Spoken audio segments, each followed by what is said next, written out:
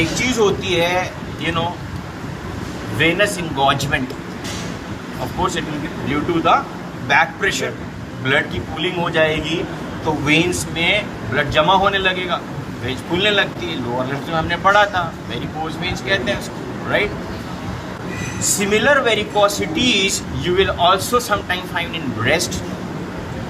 Similarly, varicosities is also seen in the scrotum. So, if there is venous occlusion or collection of blood in the Pampiniform plexus, there will be pooling of blood in the scrotum, and the scrotum will be swollen. So, you will find swollen scrotum in case of varicosities of the Pampiniform plexus, varicocele of the scrotum, you can say. And another side you have is a hydrocele patient, where there is collection of fluid in the processus vaginalis. ठीक, processus vaginalis is a continuation from the inguinal canal along with the spermatic cord. तो उसमें patency है. Normally it actually should have few, it degenerates, but if there is patency, obviously fluid जमा हो जाएगा. तो दो cases, एक hydrocele, एक varicocele. कैसे पता चलेगा? हम देख रहे हैं सामने से भी, inspection is like without touching.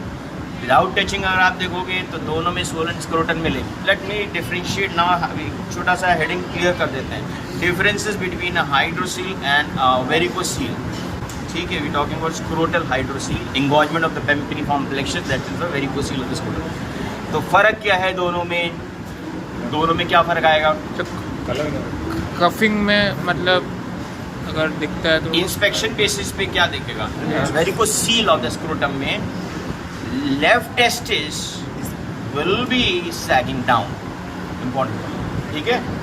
Hydrocele वाले में हिस्ट्री टेकिंग में अगर if it is a congenital patent funicular hydrocele, वो हिस्ट्री में बता देगा कि जब वो सोता है 8 घंटे के लिए, जब सुबह उठता है तो उसके स्क्रोटम श्रिंक होते हैं, नॉर्मल हो जाते हैं, क्योंकि वो फ्लूइड वापस चला जाता है एब्डोमेन. तो हिस्ट्री बेसिस पे ही क्लियर हो जा रहा है कि हाइड्रोसील स्टैंडिंग लॉन्ग टाइम में खुलेगा, सो जाने के बाद जब उठेगा तो वो श्रिंक हो जाएगा बिकॉज फ्लूइड चला जाएगा. हिस्ट्री बेसिस पे बता देगा. हिस्ट्री बेसिस पे इस पे बताएगा कि वो खुद ही बताने लगेगा कि ये यहाँ पे बढ़ा हुआ लगता है, और दबाते हैं और ये खुद ही से बता देगा कि अंदर कुछ है, ऐसा लगता है जमा हुआ ब्लड होगा. अब हम अपने लेवल पे देखेंगे तो हमें दिख रहा है कि लेफ्ट साइड वाला स्क्रोटम नीचे इन केस ऑफ वेरिकोसील.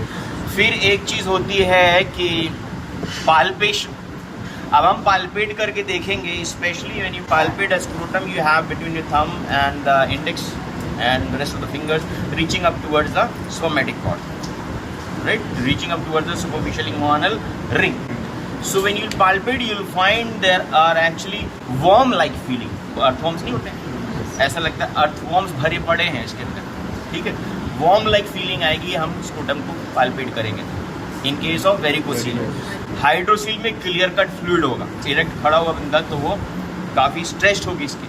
फिर एक होता है ट्रांसल्यूमिनेशन टेस्ट. ट्रांसल्यूमिनेशन टेस्ट हम डार्क रूम में करते हैं, और ऑफ कोर्स डार्क रूम का मतलब ही है लाइट बुझा के करते हैं. तो एक पेपर को रोल करके एक ट्यूब बना लेते हैं, वो स्क्रोटम पे लगा लेते हैं और आँख लगाते हैं उसके ऊपर. दूसरी साइड से scrotum hanging, you have rolled a paper tube लगा ली, इसमें आँख लगा दी. इधर से टॉर्च जला रहे हैं. जब टॉर्च जलाते हैं everything appears like a red bulb. Scrotum appears like a red bulb. The reason is पूरा फ्लूइड भरा हुआ है और पीछे से अपोजिट साइड से टॉर्च जला रहे हैं, बीच में स्क्रोटम, इधर हमने पेपर रोल बना लिया. That's how you can see. This will not be seen there. अगर हम वेरिकोसील में करेंगे डार्क दिखाई देगा, ब्लड जमा हुआ इसके अंदर काफी, है ना. और पैम्पिनिफॉर्म ब्लैक कॉइल्ड होते हैं, इसीलिए वो वॉर्म लाइक फीलिंग देते हैं. तो ये सारे डिफरेंसेस हैं. अब बात ये आती है हाइड्रोसील का, तो कॉन्सेप्ट पता है कि because of the patency of the processus vaginalis चल रहा है. अब ये आ रही है वेरिकोसील में क्या होता है. Varicocele, why is it more commonly developing on the left side of the scrotum. इसका रीजन क्या है, मैंने पहले बताया था, एसिड फास्ट रीनल से ड्रेन होता है. मेन रीजन, सबसे इम्पोर्टेंट रीजन है कि it is opening up at 90 degrees to the renal vein. तो 90 डिग्री होने की वजह से कभी भी तुम देखो फ्लूइड भी अगर कोई टी टैप में लगा दोगे तो वो एक तो बैक फ्लो भी आएगा, दूसरी चीज़ ये कि फ्लो इम्पीड हो जाता है, फ्लो कम हो जाती है उसकी, है ना, तो जब टकराएगी टी एंड पे तो वापस आ जाता है। तो एक तो ये रीजन है। दूसरा बताया था डिसेंडिंग कोलन पूरा उसी पे रखा हुआ है, दबाता है, ठीक है। What is the reservoir of stools, body में दिन भर का खाया पिया कहाँ जमा होता है, 1 दिन 2 दिन हो गए, सिग्मॉइड कोलन में जाके जमा होता है। सिग्मॉइड कोलन क्या है, डिसेंडिंग कोलन का कंटिन्यूएशन है, तो सिग्मॉइड कोलन में जमा रहेगा 1 दिन 2 दिन तक अगर नहीं जाता है तो सारा जमा हुआ। And hardening of stool, remember जैसे जैसे हमारा खाना पीना जीआईटी में प्रॉक्सिमल टू डिस्टल प्रोपेल होता जाएगा, वाटर एब्जॉर्ब होता जाएगा। The more distally you find the stool the more harden it is, ठीक, हार्डनिंग ऑफ स्टूल होता है। तो इसका मतलब है असेंडिंग कोलन और डिसेंडिंग कोलन में प्रेशर किसका ज्यादा पड़ेगा, डिसेंडिंग कोलन का, इधर हार्डन स्टूल्स हैं, राइट।